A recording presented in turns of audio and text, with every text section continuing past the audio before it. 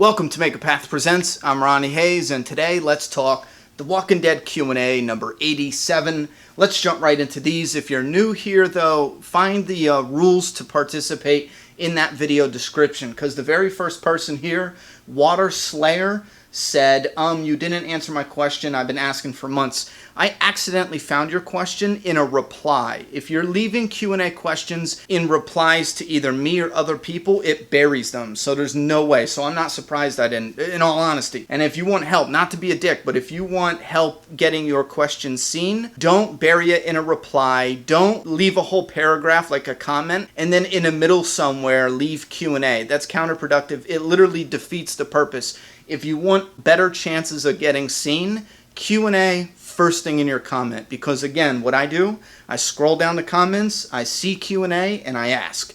And then we fill up a video, and I stop. And then we move on to the next week. Doing it any other way at this point, I haven't heard any ideas that would be helpful that would not have, other problems. There's other problems with other methods, but this is the quickest way I've ever found. I'm up for ideas, though, so definitely feel free to share. On to Water Slayer.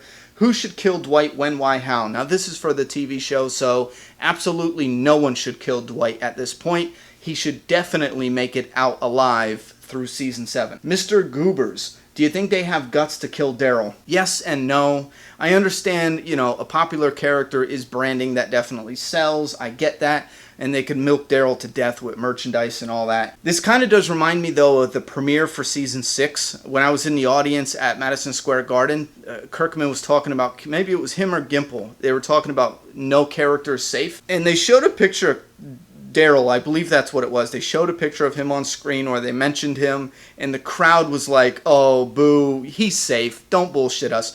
Because that is one thing I will admit. Fans are definitely getting sick of hearing no one is safe. Now, I would appreciate it, and I wouldn't even mind if they came out and said, listen, Rick is safe. He's safe as shit because we're following his story. I'd be happy if they just came out and admitted it. Killing Rick at this point, in my opinion, it cripples the story, the flow of the story. They would have to seriously redirect that creatively in a whole new way. As far as Daryl, I don't think it takes guts. It takes finding the right part in the story. At this time, I think Daryl and Dwight's story should definitely connect. So for Daryl, I give it the end of Season 7, and we should probably look at options for, or they should probably look at options for when this character can die. I'm still voting for all-out war. I just think it fits. Ben Vasilio. Do you think killing Aaron would be a waste? He hasn't had much character development. Yes and no. Here's the thing. If you pick, and I assume you're talking about the Negan kill, if you pick a character that is not connected to us emotionally, like a character who has been here for a while and had a lot of development, if you pick a character like that, then you got to focus on the brutality. The brutality is a win for sure. You know what I mean? Colby Waters. Why is it that Negan can't say F-bombs, but they can show people getting their throats slit? I don't know. You got to ask those parents who complain about, just the insanity of how illogical it is that curse words even exist. Because you can show so much brutality. You can show, I think Kirkman even talked about how ridiculous it is that they can have, 4 shits a season, but anything more than that, and it's like society will crumble. But it is utterly ridiculous. But if you think about it, curse words don't exist. That's just something that somebody who was older than you when you were born or when you were a kid said, this word is a bad word, so don't say it. Like, there's no logical reason to believe in curse words. So I don't know why the FCC and I think it's parents complaining. So mention those parents who are complaining. You're idiots. You're morons. You're dumbasses. End of story. Square, Nevada. If Tara ends up taking Holly's death, who do you think will take Denises? We're good with the Tara death. Even though Fear the Walking Dead did it already, they can still do it. That's fine. But the byproduct of that death was the fact that the doctor got bit. Because the doctor got bit and the person the doctor loved had his leg blown off, the doctor sacrificed her life to fix the leg of the person she loved. We don't have that dynamic anymore. You know what I mean? Because the doctor took a bolt in the eye. So in my eyes, it could be anybody. Who gives a damn? Just pick somebody. As long as you get that really cool reveal that Negan took this person and turned him into a walker and yada, yada, yada. You know what I mean? Connected to a sacrifice trying to take out Negan's community. Comic book fans will know what I'm talking about there. Where are we at? OMER Con. Do you think we will see Alpha in the show? If so, what season? Absolutely, and at least after season 8 at this point, I would be comfortable with that. Sharp Striker. Ronnie, I was wondering, why do so many fans think Carol and Daryl have to get together? I think a lot of it has to do with just a bullshit way of thinking. It's easier to grab onto the superficial, people need to hook up in order for their relationship to actually mean something, you know what I mean? We see it in everyday life. It doesn't mean anything. You know, it doesn't bring them any closer, not all the time. If you watch the 100 on the CW, that is cheap, lazy writing. They do it on the 100 all the time. We want these two characters to grow a bond. They're going to bang. Done. You know, problem solved. In shows that have good writing, they'll develop that bond, like Carol and Daryl. They'll go to war for each other, and they haven't hooked up. It's good writing. Bob Jackson. If Glen lives, what would his purpose be in all-out war? Same as everyone else. Fighting. John Akshar. Do you think we will get an all-Negan episode similar to the Governor's episode? No. Why would we? I mean, the Governor, they needed to actually correct bad writing in season 3. They needed to correct a flow of a story that did not know where it was going to go eventually, or at least that's what it felt like. So they creatively, in my opinion, corrected the Governor's story. I love the Governor's story in season 4. I think they did a fantastic job, you know, bringing that story back around. Negan, we don't need anything like that. But will we get a Negan episode? Yeah, we'll get a Negan, we'll get a Sanctuary, or a bottle episode about the Saviors. I think we need that, you know, definitely. Charles Holland. Ronnie, do you think Carl will sneak a ride into the Saviors compound? This is up in the air. I mean, this is up in the air. Listen, if they were going to do that, I think comic book fans will have a better idea of this, and I don't want to put spoilers out there like that, or try my best not to. But I think if they combined Carl taking off after the Saviors and Jesus taking off after the Saviors, if they combine that in a clever way, I think they got something cool there. I would like that. But again, I think it's going to be dramatically different. Carl on the show might not gun down a bunch of Saviors. He might try and he might fail. But I want to say he tries, you know? Ben Roman. Hey, Ronnie, do you think Rick would ever send a run back to Atlanta to the Grady Hop? No. Hell no. Listen, Atlanta's what, 600 miles away? The people he is likely to send most likely will die, or at least some of them along the way. It's a miracle they made it here, just losing, Tyrese and Noah? Well, Noah when they got there, but, you know, it's a miracle they only lost Tyrese. I mean, they almost, it was a miracle they didn't all die, because Aaron found them just at the last minute when they were, you know, they were barely strong enough to fight those walkers on that roadway. So, no, I think that would be a suicide mission to send those people off, you know? Plus, you're not sure. Look at how dysfunctional that group was at Grady. There's no definite, you know, it's not definite they're still alive. So that, in my eyes, I would lose a lot of respect for Rick if he made that decision. Joe V. Why hasn't Jeffrey Dean Morgan shaved for the role of Negan yet? Well, he has now. Frank Lopez. How do you think Negan will be killed off? Will it be like Governor style or like the Terminus leader? Not sure what you mean by this as far as a trap and a war. I think that's the only differences between those two, or at least that's the only clear difference immediately right away. I don't think Negan's going to die anytime soon, so I wouldn't even worry about that. Would it have been a bad or good idea to have revealed the victim or victims in the Blu-ray release? Brian Stefanian. Wow, why can I not say your last name? I think, and no offense if this is your idea, but that right there would be a crippling idea. I mean, there's doubt, that's wrong on so many different levels. First off, Blu-ray is released and people buy it and watch it sporadically, so it's all over the place. You know, someone can buy it and not even get to that episode for a month. Some people watch it immediately. Some people wait, you know, to, I don't know, whenever to rewatch it. It might even be a year later. So they're going to start season 7 and be like, wait a minute, why is he dead? They didn't show that in season 6. And then they'll go on the internet and be like, oh my God, they showed that in the Blu-ray? Why would they do that? You know what I mean? Hot Wheels. Do you think that if Glen lives, he will come out changed or still innocent one? By changed, I mean ruthless. No, I don't think anything will change Glen into being ruthless. Even killing Maggie, I don't see that for Glen. It's not in his nature, you know what I mean? And you need something vicious to change that in a person like Glen's nature. As far as innocent, he's technically not innocent because he murdered 2 people in their sleep. Harold Louder. Hey Ronnie, do you feel the show could have handled Heath, Denise, and Holly better? Yes and no. I mean, kind of disappointed in Holly, but at the end of the day, Denise on this TV show, in my opinion, I know I'll get slacked from this, Denise in the comic and Denise in the show, kind of one and the same. Even though Denise in the comic lasted longer, did she really do much more than that? Even if she helped some people here and there, there was no connection is what I'm saying, for me. Same thing with Heath. At this point, he's still alive in the comic. Not that much of a connection. I just haven't felt like, they utilize him enough for me to be like if he died right now, I'd be like, oh, okay, cool. Next page. Same thing for Holly. Even though I made a fit about it, but that was just because I wanted to see that, character brought to the screen and the story that surrounds that character. However, if we can transfer some of that story, just the death, if we could transfer that to another character, I'm fine with it. B-Dog DeBro. How long do you think All Out War will last on the show? I'm hoping for a whole season. Yeah. Legend Craft. Do you think Gabriel is connected to the Saviors? I have no idea why you asked this, and hell no. Hell no. I know you said some craziness about the Outpost. That man who executed knew him. I feel like Gabriel fled the Saviors. No.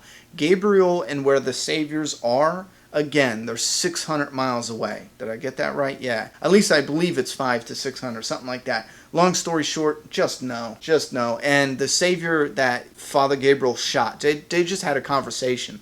They didn't know each other. Joe Cool. If you could see the writers having Negan playing with Judith upon Rick's return from us. No, like I said in the previous video, I think this is just gold for them to skip over this. Have Negan hand Rick Lucille and then take Judith and then play with Judith. Imagine we see Negan as this extorting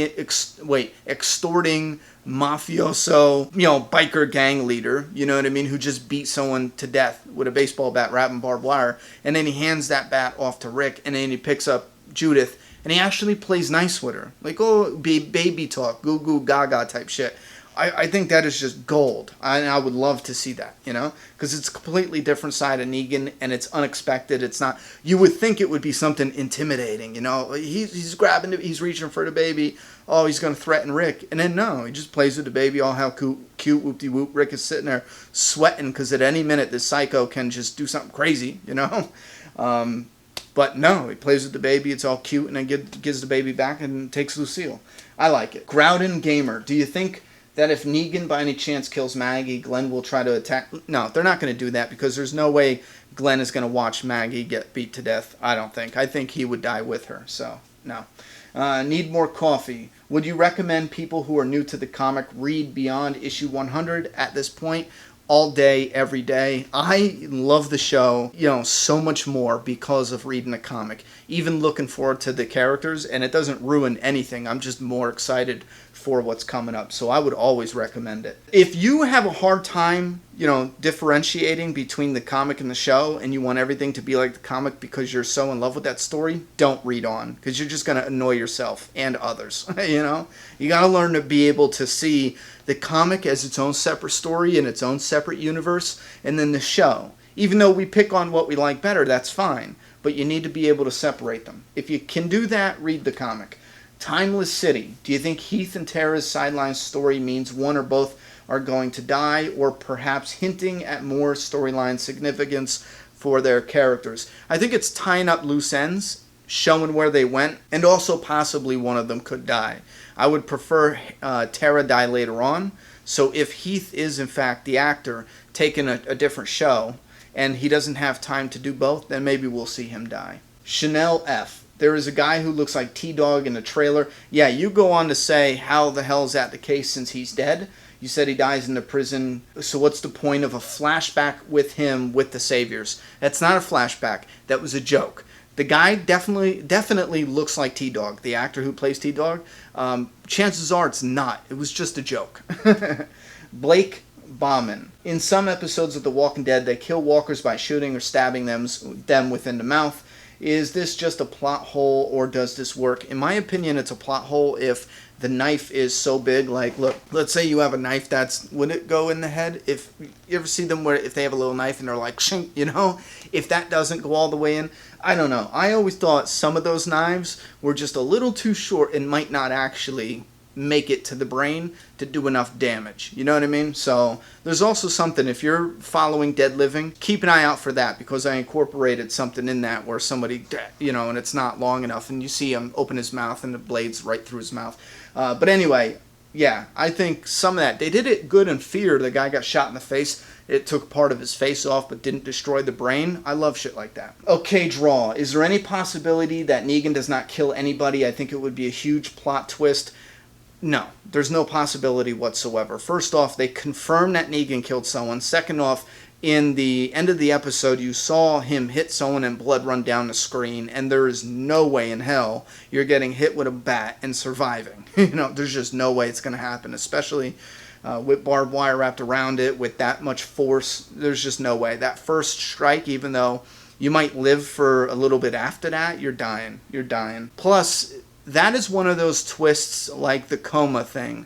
Oh, Rick is in a coma. Shocking. You immediately be like, oh my God, that's the dumbest thing I've ever heard. At that point, you're just tricking the audience. You know what I mean? It's the difference between actual twists that are creative, inventive, you know, and then you have twists that are like someone just pulled it out of their ass or out of thin air. I don't know whose ass is up there, but they just pulled it out of thin air to trick the audience. So I would say that would be something they're not going to do. Cleve Nickerson. Do you think the mid-season finale will be Alexandria Tower fight, and then the second half would be All Out War, ending with the end of All Out War? No. Listen, if they do Negan's introduction, because they didn't even finish Negan's introduction, okay? If they do Negan's introduction, what comes after March to War, All Out War, in Season 7, you have my word. Now, I will delete this channel. That is, even if you needed to rush a story, that is the worst possible way you could ever rush a story. That's like saying, hey, you know, we had a lot of this story building up to this moment, but right when we got to the meat, we're going to swallow it whole and just move on with our lives. They'll never do that, in my opinion. All Out War, leading to war, you know, that should all take at least, we'd say 1 season, 2 seasons, at least 2 seasons. Negan's introduction, March to War, All Out War, Part 1 and 2, and then, you know, after that, we can get the whispers, hopefully. Just Another Light Skin. Sup, Ronnie? We have finally got the Walking Dead Season 7 trailer. Taste of the whispers. Dwight is not seen with the crossbow in the trailer. Do you think Daryl gets it back after the Negan kill? My opinion, listen, I don't want Daryl to get his crossbow back, at least not just yet.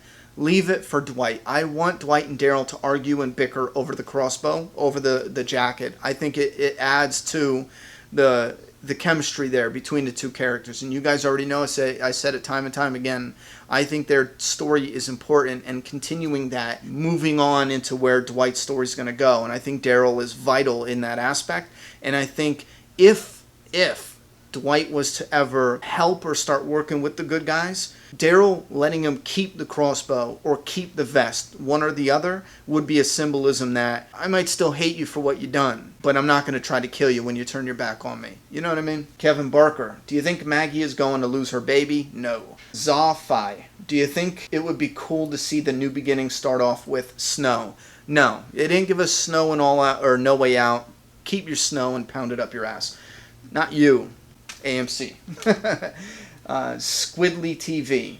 Post No Way Out with Will Walker's Ever Be Dangerous as in Season 5 and Season 6.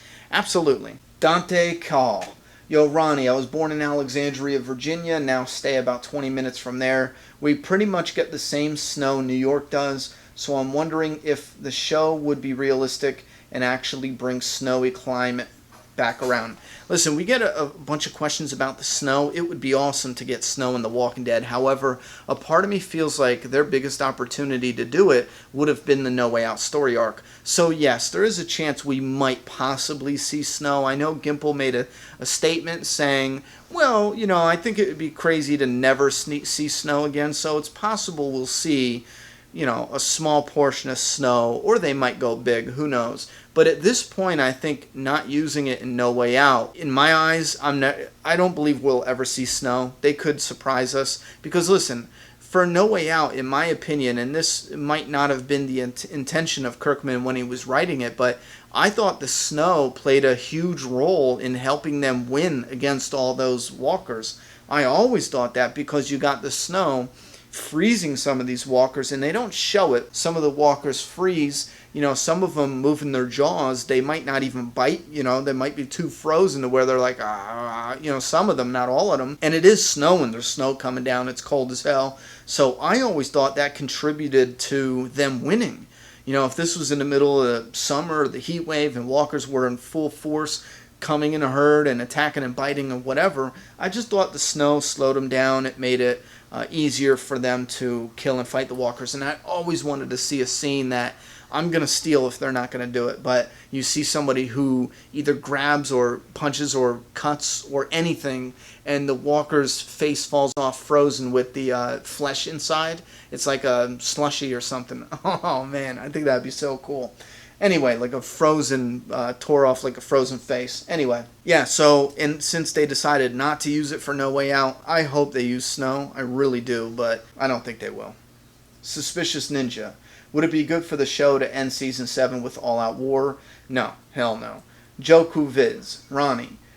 Man, I noticed there's a handful of people who are just dying to get storylines over with. We're like, before Negan's here, everyone's like, is that Negan? Is that Negan? And we're like, no, it's Terminus. And then after Terminus, some people are like, okay, Negan's here. And then as soon as Negan gets here, they're like, okay, move him over. Where's Alpha? You know what I'm saying? It's like, damn, guys, slow down. Let's enjoy what we got, Natasha Van Stamper Shoe. F. Wow. I butchered that name. You talk about an IMDb interview where Jeffrey Dean Morgan says that he didn't kill anyone sitting here, and they had Daryl Dixon, Rick Grimes, and Glen. Those were the actors standing. Listen, he can lie. In my opinion, I've seen a lot of people actually quoting that, saying, listen, these three characters are safe. He could simply lie. He can lie, and I wouldn't put it past him. So, in my opinion, that interview does nothing. It's not proof. Listen to it, and that's it. That's all the questions. This rant kind of long, but if you got any questions to add to these, ask them down below. I'm going to try to do at least one Q&A a week until we get Season 7. I'm going to try. Thoughts and opinions about everything we talked about down in that comment box. I'm done talking. It's your turn. Subscribe now.